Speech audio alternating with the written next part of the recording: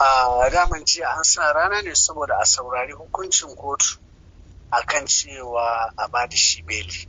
Jiya kuma alkali sai ya ce shi an kawo cajin korafi kamar abin da muke ta cewa ba a kawo ba. To an kawo caji saboda haka shi ba zai hukunci ba wanda ya saurari abin da ya faru gaba daya. Aka karanta laifuka akan laifukan da suke tuhumar shi cewa shi ya kirkiri wata kungiya wai kungiyar zaman lafiya. Sannan kuma suka ce wannan kungiyar da abin da kungiyar take yi wato kamar na neman tada hankali ne, shirye-shirye ne na neman tada hankali wanda ya saba wa doka ta hana tarzoma ta ƙasa. Shi wanda muke wakilta ya ce ya musanta wannan, bai san wannan abubuwan ba, ya musanta. So mu kuma muna ganin cewa akwai kuskure wajen gabatar da ƙaran ma, sannan kuma muka nemi cewa a ba shi dama ya samu mai kula masa da lafiya, sannan an hana lauyoyi su samu ganin shi. Duk dai muka gaya wa kotu korafe mu, sai kotu yanzu ta daga tsawon lokaci, amma dai za a saurare mu beli, za mu kawo roƙon beli kafin wannan ranar da za a koma. Sannan kotun ta ce mutane suna yawan zuwa wajen ƙoƙarin kamar kasan dama ana tuhumar mu akan cewa ana ƙoƙarin kawo tarzoma.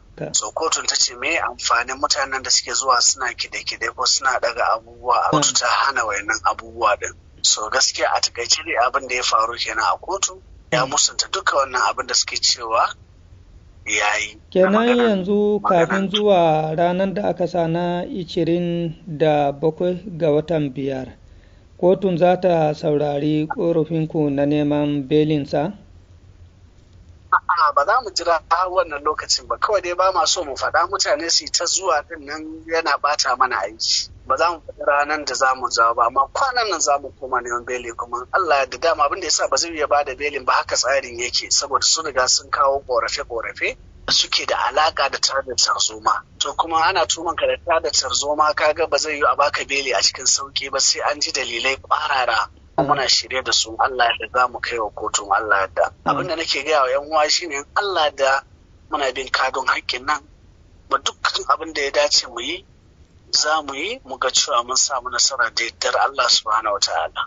To a ƙarshe barista, kasancewanka kai ne lauya kuma na ce ɗaya daga cikin lauyoyin da suke kare ki Bello Bodejo, wani kira za ka yi wa su magoya bayansa na cewa su kwantar da hankalinsu? Domin ajiya na halarci wajen zaman kotu, ko da yake dai kamar yadda ka sani an hana mutane zuwa gaban kotu. Mutane da yawa bayan jin wannan hukuncin sun barke da kuka. To wani kira kake da ci?